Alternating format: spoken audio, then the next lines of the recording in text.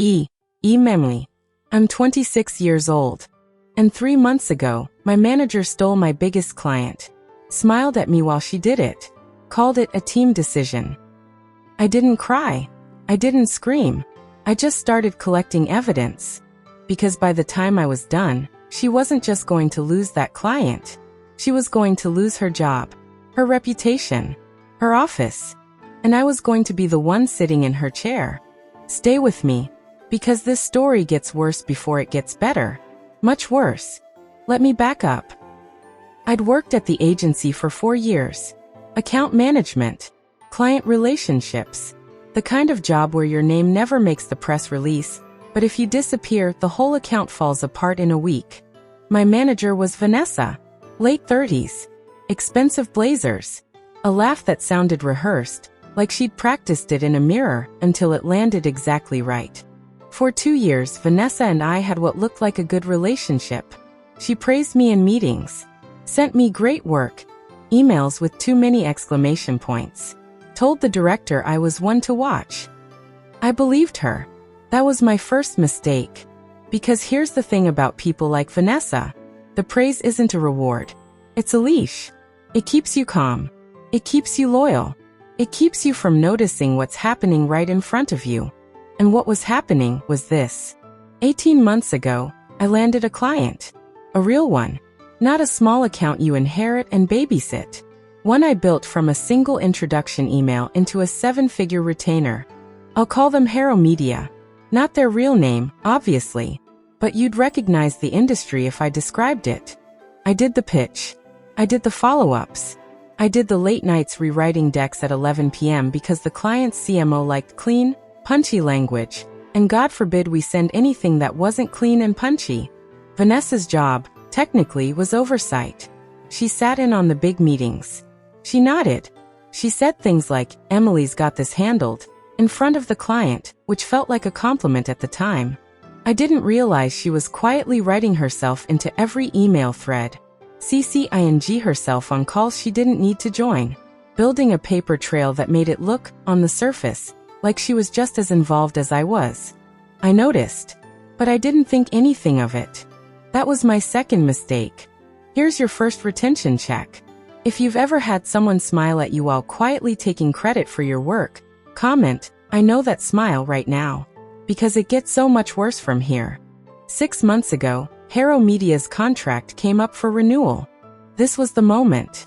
The moment that decides whether an agency keeps a client for another 2 years, or loses them to a competitor with a slicker sales deck and a lower rate.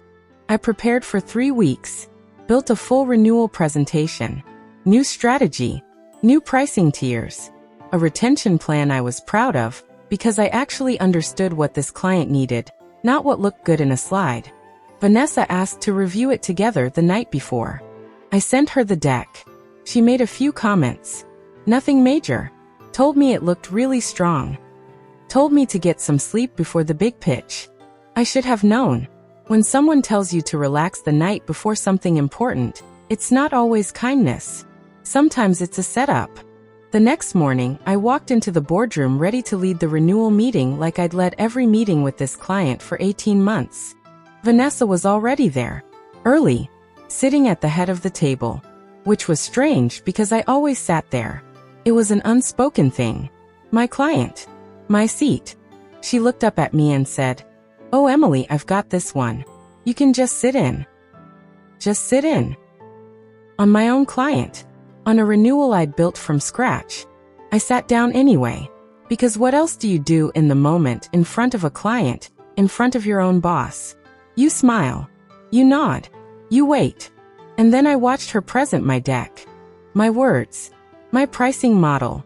My strategy slide. The one I'd rewritten 4 times to get exactly right.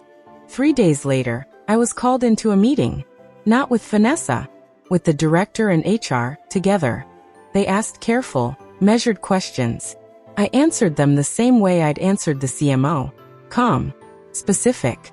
Documented. At the end of the meeting, the director said something I'll never forget. He said, "This should have been caught a long time ago." That sentence carried more weight than any apology could have. If you've ever needed someone in power to simply say, I see it now. Comment finally below. Because that moment changes everything that happens next. 2 weeks later, Vanessa was gone. Officially, the company called it a mutual decision to part ways, which is corporate language for exactly what you think it means. She didn't get a farewell email. She didn't get a goodbye lunch. She got a locked laptop, an escorted walkout, and a LinkedIn update 3 weeks later announcing she was exploring new opportunities. I felt something when I heard the news. Not joy exactly.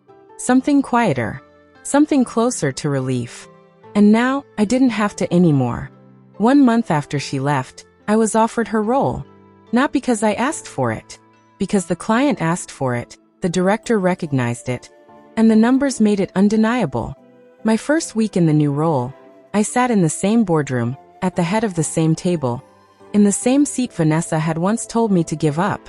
Nobody told me to just sit in. Nobody rewrote my pronouns in a slide deck. Nobody smiled at me while quietly building a case against my future. I led the meeting. I answered the questions. And at the end, the CMO looked at me and said, "This is what it should have looked like from the start." If you've ever earned back something that was taken from you, in your own time, on your own terms, comment earned right now. Because this next part is for you.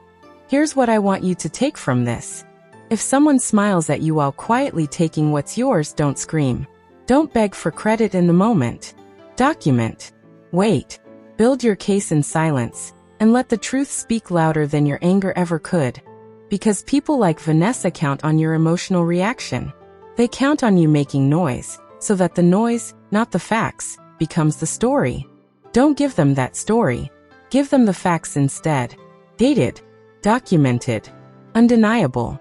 And if you're currently the quiet one in the room, watching someone take credit for your work, smiling because you don't know what else to do yet, I want you to remember this. The people who stay calm are not weak. They're just building something the loud ones can't stop, because they never see it coming.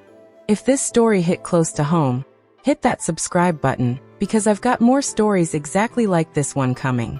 And if you've ever had someone try to steal your work, your credit, or your seat at the table, tell me what happened in the comments. I read every single one. I'm Emily. And I didn't just get my job back. I got the one that was supposed to be mine from the start.